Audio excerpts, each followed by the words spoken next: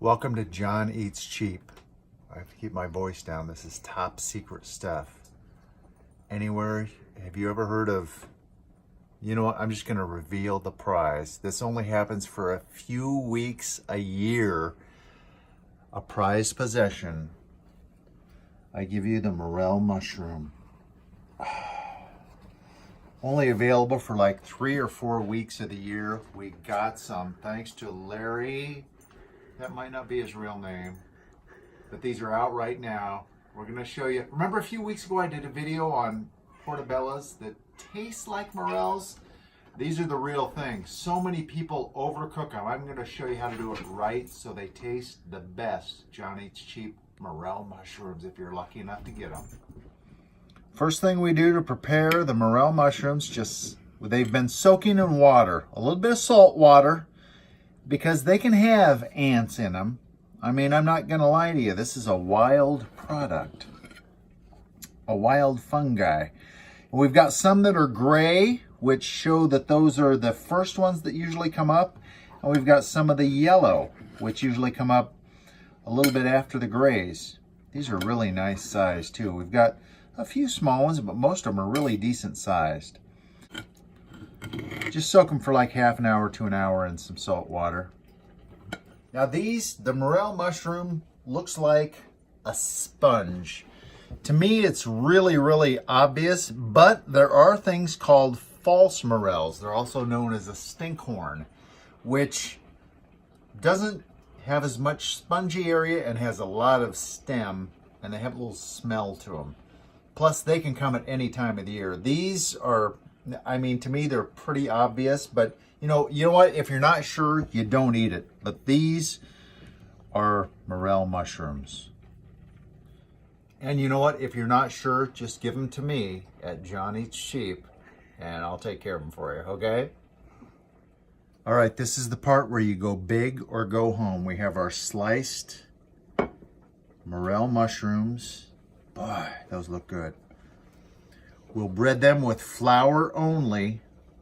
And we're going to need a stick of butter. I'm not going to lie, this isn't the healthiest thing in the world, but these taste so great. You only get them once or twice a year if you're lucky. Stick of butter, key ingredient, morel mushrooms. Stick of butter. So I know you're saying, why does it take a whole stick for that pan? These mushrooms soak up the butter. That only makes the flavor that much more. And you know what? It's a stick. It costs you like 50 cents. Indulge once in a while. Whole stick of butter. And believe me, there won't be any butter left over in the pan when you're done frying these mushrooms. These are going to be fantastic. You got to do it. So we're waiting for the butter to melt. We're going to lightly dust in flour our mushrooms. And don't pay any attention to this. I've got some taco meat on the back burner, but believe me, that's on the back burner. I could care less about that. All we're going to do, let this butter melt. It's going to be a pan full of butter. You take the mushroom, it's just a little wet, it's a little moist from being in the water, and you just dust it in the flour. Don't overbread it. That's what, when I said overcooking the mushrooms, I actually meant over preparing. Too many people dip it in flour, then they dip it in egg, then they put it in breadcrumbs. You don't want all that breading. You want the flavor of the mushroom. A light dusting of flour into the butter, a little salt and pepper on it. I'm telling you, it's the best thing ever. Once again, these are, in the interest of science, I'm taste testing these. Thanks again to Larry and his wife. Rural Iowa found these mushrooms and said, you know what, we want to make sure they're okay, so please test them. I'm happy to do it. John Eats Cheap. Hey, leave a comment if you want me to test your mushrooms. I'd be happy to do it for you. It's very important, you know, that you get them tested before you eat them. I'm happy to do it. Butter's all melted. That's only a stick. I'm not lying to you. We may need to add a little bit later. I've got this on medium, just under medium heat. I'm going to put these into the butter. Morel mushrooms, just lightly dusted. You can see they're not totally coated. I don't put any breadcrumbs on them or anything. No egg. I don't want all that extra stuff. I just want the flavor of the morel mushroom. I mean, it only comes around once a year for a few weeks, right? I don't know how this always happens, but it always happens. It comes out to be just the perfect fit. Look at that. A pan full of morel mushrooms. Oh, I got one little one. Oh, just a space right there. So the morels, lightly dusted, are in the pan with a full stick of butter. Not healthy, I'm telling you, but like I said, you only get this a few times a year if you're lucky. It does make a mess on the stove. You can see my breading station, so I'm just going to clear that off a little bit. And let these cook very slowly. Let them take their time. We're going to let them get cooked for about 10 minutes so the moisture goes all the way through them, so we can put a little salt and pepper on the top, and then we'll flip them, and they're going to be beautiful and tasty. All right, we're about, 8 to 10 minutes in. Look at that. See how I mean? The flour, there's just barely a little bit of dusting. Otherwise, it's gotten enough moisture that we can add our salt and freshly cracked pepper. In case you can't tell, I think freshly cracked pepper is, you don't really need it. I like finely ground anyway. So now, these morels, lightly dusted, we're going to turn them over, just lightly dusted in flour, a little bit brown on the other side, look at that. So now we're going to let them go. Oh, that looks perfect. They're going to be so good. And this is, of course, all in the name of humanity. We're doing these as a public service to make sure they're all right.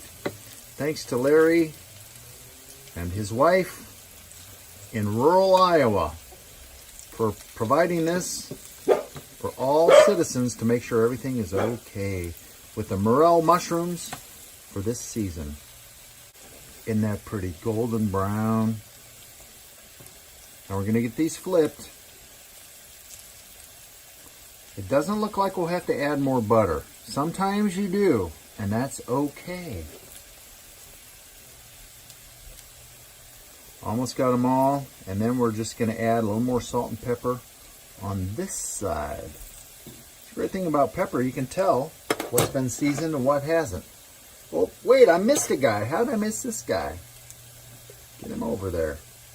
Still in the butter, shake of salt, freshly ground pepper. There we go. Give them another 10 minutes and these are going to be ready. There's a pan full of morel mushrooms, fresh, picked earlier today. Thank you, Larry. Don't know how much we appreciate it. He'll remain anonymous, his location anonymous. You can't tell that type of thing. We're going to try, these are dusted in flour, cooked in butter. I think the best way to have morels. You know what? This isn't even fair. Morel mushrooms, Johnny's cheap. I mean, the mushrooms are free, right? So that's really eating cheap.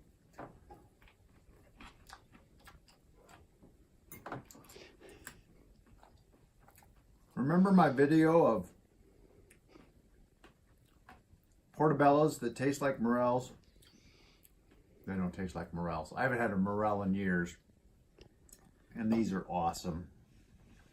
Find somebody who finds morels. Find a place to hunt morels. Do it. It's worth it. Only like 3 or 4 weeks a year. These are so good. Johnny's cheap. Thanks again, Larry and his wife. We love you guys. Thanks. Johnny's cheap. So, a little addendum to the morel mushrooms. They were awesome. Thank you, Larry and Mrs. Larry. Mrs. Larry doesn't like mushrooms. She's concerned about the ticks, which I will say, you know, when you go out to look for mushrooms, the ticks are out. It is tick season, so when you come in for mushroom hunting, check for ticks. They carry bad things like Lyme disease. They can be bad, so whenever you come in for mushroom hunting, check your whole body or have someone else check them for ticks. Very important. Thank you, Larry and Mrs. Larry. We appreciate it. Johnny's cheap.